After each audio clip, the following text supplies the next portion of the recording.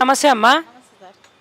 మరి ఇయట్ సంధి కేంద్ర ప్రభుత్వం అయితే గ్యాస్ మీద కమర్షియల్ గ్యాస్ మీద 19 కిలోలు ఉన్న గ్యాస్ మీద 993 రూపాయలు పెంచిందమ్మా. పెంచిండు సారు. మేము లేక బతకటానికి వచ్చినాం.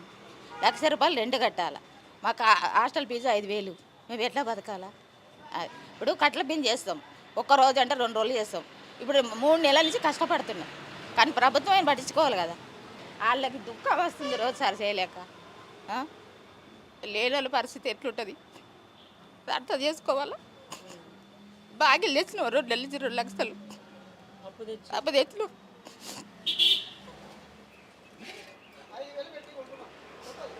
ఇప్పుడు మరి మీరు ఇది నడుపుతున్నారు కదమ్మా, ఇబ్బంది అనిపిస్తలేదా? ఇబ్బంది సార్. ఇప్పుడు ఇంటి ఓనర్ ఒప్పుకోడు కదా, ఎట్లా చేయాలా? మా పరిస్థితి చూడండి కొంచెం. ప్రభుత్వం ఇంకా ఇప్పుడు కమర్షియల్ గ్యాస్ కొద్దిగా 7,000 పెట్టి తెచ్చుకున్నాం. 7,000 ఎన్ని రోజులు వస్తుంది? 4 రోజులు వస్తుంది మాకు. 4 రోజులు ఎట్లా? 4 రోజులు అయినాక మళ్ళీ కట్టెలు పోయి మీకు వస్తాయి. ఎట్లా చేసుడు ఇక? అది గవర్నమెంట్ పట్టించుకొని చూడాలా లేని వాళ్ళను. అట్లా ఎవరు చెప్పినా కానీ పట్టించుకుంటలేరు. ఏడవకమ్మా. ఎన్ని రోజుల సంది ఇబ్బంది అవుతుంది? 3 నెలలు ఇప్పుడు. 3 నెలల నుంచి అసలు మీకు బిజినెస్ అవుతుందా? అయితలేదు సార్. 3 లక్షలు బాకీ తెచ్చినాం.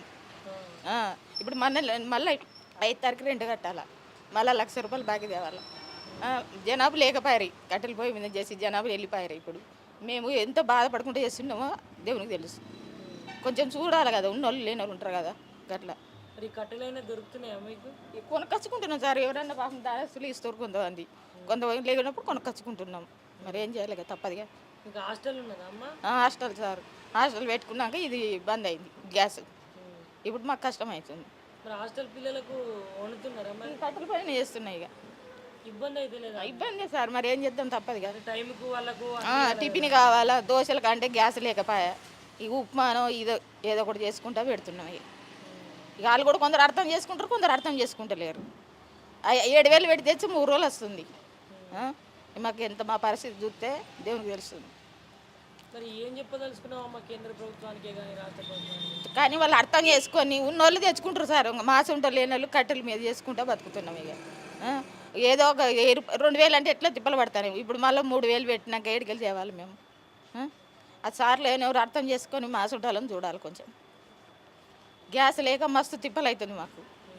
అది అక్కడ కట్టెలపై ఉన్నది కదా, అది మీదే కదా?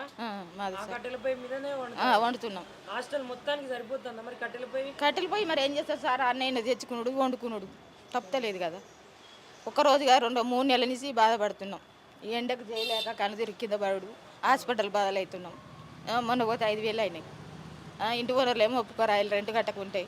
నెలకు ₹1,00,000 రెంటు, కరెంట్ బిల్లులు. ఎట్లా చేసుడు? గ్యాస్ లేక బాగా తిప్పలు అవుతుంది సార్. కొంచెం అర్థం చేసుకొని ఎవరన్నా మా వయసు ఉంటారని చూడాలి. అందరు ఉన్నోళ్ళు ఉండరు కదా. అట్లా చెప్తున్నా సార్. వాళ్ళు అర్థం చేసుకోవాలి కదా. వాళ్ళు గ్యాస్ గుడికి పోతే 6,000 7,000 అనమాట. 7,000 పెట్టి ఏడు తెచ్చి మేము ఎన్ని రోజులు చేసుకోవాలా? ఒక్క నెల అంటే ఏదో పోనని తెచ్చుకుంటాం. ఇప్పుడు 2-3 నెలలు అయినిచ్చింది. ఇప్పుడు బుడ్డి అయిపోయింది, మొత్తానికి అయిపోయింది. గ్యాస్ మీద ఏదో ₹10 వస్తాయని ఆశకు వండుకుంటాం. ఇప్పుడు లాభం లేదు, ఏం లేదు. అప్పు చేసుకుంటున్నాం, పెడుతున్నాం. ఇప్పుడు మాకు ఈ హాస్టల్ అమ్ముకోవాలన్నా కానీ మాకు అమ్ముడు పోదు కదా. గ్యాసులు లేవని వాళ్ళు ఓనరు. మా తిప్పలు ఎట్లున్నది? ఆ బాకీలు చేసుకుంటూ పెడుతున్నాం. ఇప్పుడు మళ్ళీ నెల ఎత్తే మళ్ళీ ₹1,00,000 బాకీ తేవాలి. ఏం చేయాలి సార్? అలా ఇబ్బందికరమైనటువంటి పరిస్థితి అయితే ఏర్పడుతుంది. ముందే మేము కమర్షియల్లో 6,500 నుంచి 7,000 కొంటున్నాము. ఇప్పుడు మళ్ళీ ₹993 పెరిగిందంటే ఇంకొక ₹1,000 పెరిగినట్టే. గ్యాస్ 3 నెలల నుంచి మాకు ఇబ్బంది అవుతుంది. గ్యాస్ లేక ఇదే కట్టెల పొయ్యి మీదనైతే వంట వండుకుంటూ ఒక హాస్టల్ మొత్తాన్ని మేనేజ్ చేస్తున్నారు. ఒక్కొక్కసారి అక్కడ ఉన్నటువంటి పిల్లలు అర్థం చేసుకోవచ్చు, లేదంటే అర్థం చేసుకోలేకపోవచ్చు. ఏదో ఈ పని చేసుకుంటే 4 పైసలు వస్తాయి, 4 పైసలు లాభం వస్తుందని మేము ఈ హాస్టల్ నడిపిస్తున్నాము, ఇక్కడ ఉన్నటువంటి హోటల్ నడిపిస్తున్నాము.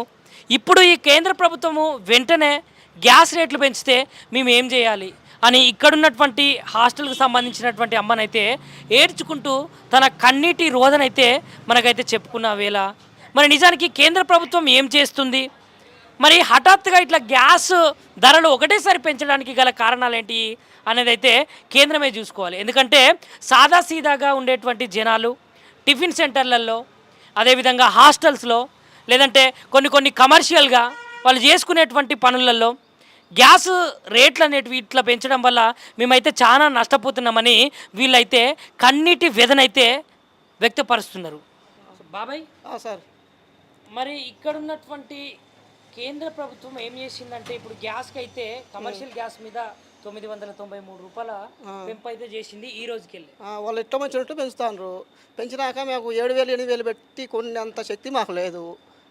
కట్టెల పొయ్యి మీద నడిపించుకుంటాను. ఆ కట్టెలు అయిపోయినాక ఏం చేసుడో ఏమో, వర్షం పడితే ఇంకా వంట చేయరాదు. హాస్టల్కి అయితే తప్పనిసరిగా సచ్చినా బతికినా చేసుడు తప్పదు వాళ్ళకు. ఏం చేసుడో ఏమో అర్థమవుతలేదు. అది కేంద్ర ప్రభుత్వమే నిర్ణయించుకోవాలి. హాస్టల్ ఎప్పుడు పెట్టిర్రే?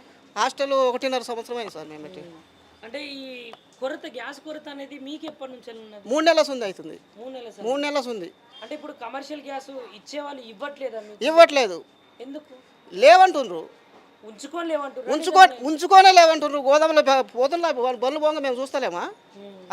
ఏమయ్యా అంటే రేటు పెరిగినాయి, ఇయ్యము, గోదాములు లేవు, వాళ్ళకి ఒకటి ఇవ్వాలా, వాళ్ళకి ఒకటి ఇవ్వాలా, 7,000 ఇవ్వండి, 8,000 ఇవ్వండి అంటారు. ఎక్కువ డిమాండ్ చేస్తారు. 7,000 8,000 మేము పెట్టలేము. అది ప్రాబ్లం. మరి ఏంది మరి ఇంత పరిస్థితి ఎందుకు వచ్చింది? మరి ఇప్పుడు నిజానికి 7,000 8,000 పెట్టలేరు, కొనలేరు. కట్టెల పొయ్యి కూడా బంద్ అయిన వేళ ఏం చేద్దాం అనుకుంటారు? మరి దేవుడే తర్వాత దిక్కు. ఇప్పుడు ₹1,00,000 రెంట్ కట్టాలా. నిన్ననే 7,000 పెట్టి కమర్షియల్ గ్యాస్ కొన్నాము. అది 3 రోజులు 4 రోజులు వస్తుంది, 4 days 5 days వస్తుంది. ఆ తర్వాత మళ్ళీ 7,000 పెట్టాలా. రోజు 2,000 3,000 గ్యాస్ పెట్టినాక మేము ఏం బతకాలా? రెంట్ ఏం కట్టాలా, మేమేం బతకాలా? అట్లా పెంచిండ్రు. ఓకే, పెంచిన వాళ్ళు ఈ హాస్టల్ కంటేకు ఒక వార్నింగ్ ఇవ్వాలి, ఓనర్లకు వార్నింగ్ ఇవ్వాలి, రెంట్ తగ్గించుకోమని. అది ఒకటి పాయింటే కదా. మరి అట్లా లేదు, ఇట్లేదు. మీ ఇష్టం వచ్చినట్టు పెంచుకుంటారు, మీ ఇష్టం వచ్చినట్టు చేసుకుంటారు. చచ్చినా బతికినా జనాలకు మీకేం సంబంధం లేదు, అంతే కదా. మరి కేంద్ర ప్రభుత్వానికి ఏమని చెప్పదలుచుకున్నారు? చచ్చిపోయిన కేంద్ర ప్రభుత్వం అది. సచ్చింది కేంద్ర ప్రభుత్వం. మరి బతికిన వాళ్ళు అయితే అట్లా చేస్తారా? ఒక్కపారి ఏకదం ₹1,000 పెంచినంటే వాళ్ళు మనుషులా గాడిదలా? ఎదురైతే కట్టెలు దొరుకుతలేవు సార్ మాకు. కట్టెలు ఆన్నో ఈన్నో చెక్కలో బిక్కలో ₹15 ₹20 ఒక కట్టె కొనుక్కొని ఎన్ని రోజులు పెడతాం హాస్టల్కి పిల్లలకు? రోజు 150 కిలోలు కావాలి మాకు.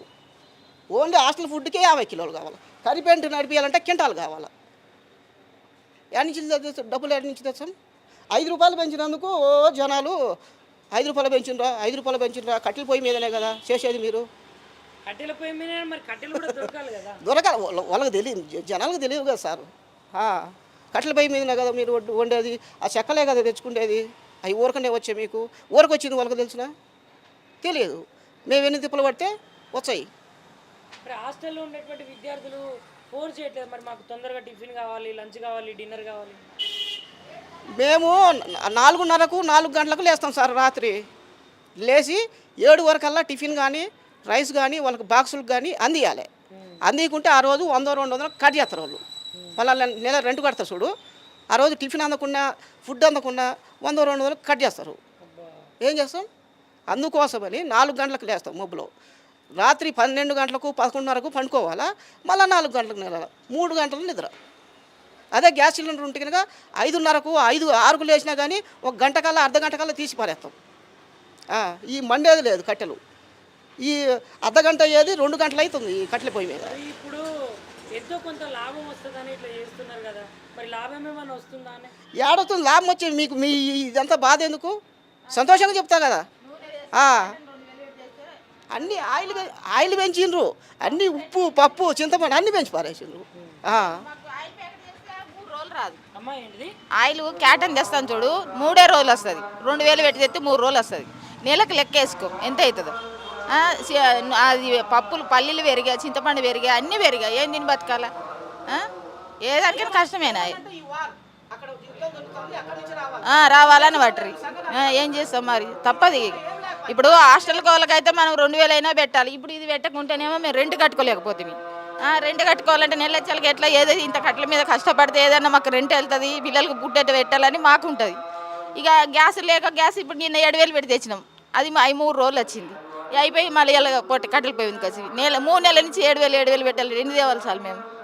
అది అయినా బయట ఎవరు గుడ్డ అడిగితే 4,000 పెట్టి అమ్ముతారు. 4,000 పెట్టి చిన్న బుడ్డ తెస్తే 1.5 రోజు వస్తుంది. ఎక్కువ రేటు అమ్ముతారు చిన్న బుడ్డ. ఇక అది కూడా ఎందుకంటే కట్టెలు పోయి తెలి పెడతాయి 4,000 పెడితే వచ్చి ఏం చేస్తాం తప్పదు కదా ఏం చేయాలి వాళ్ళు పెంచినప్పటికీ మాకు తెలుస్తుంది మేము పని ఆమెకు 10,000 ఇవ్వాలా ఊడ్చిట ఆమెకు బోళ్ళు ఆమెకు ఇవన్నీ బాకీలు చేసుకొని గ్యాసులు పెట్టాలంటే ఇంత రేటు బాగా కూడా ఇబ్బందే కదా అట్లా ఇబ్బంది పడతాను ఇప్పుడు మేము హాస్టల్ అమ్ముకొని పోదామన్నా ఎవరు రారు గ్యాసులు లేవని గ్యాసులు ఉంటే కట్టెల పైన చేసేటోళ్ళు ఎవరన్నా పని వాళ్ళే దొరుకుతలేరు వంట మాస్టర్లు కట్టెల పైన చేసుడని తప్పదు ఇక ఎట్లనే చేస్తున్నాం ఇక ఏం చేస్తాం సార్ వాళ్ళు ఎప్పుడైనా తగ్గించి గవర్నమెంట్ ఏదైనా చేస్తే మంచిది ఇప్పుడు 3 నెలల నుంచి ఇంకా చేస్తలేరు ఆ మోడీ సార్ అన్న పట్టించుకోవాలి కదా ఆ మోడీ సార్ కూడా పట్టించుకుంటలేడు ఏం చేస్తాం ఇక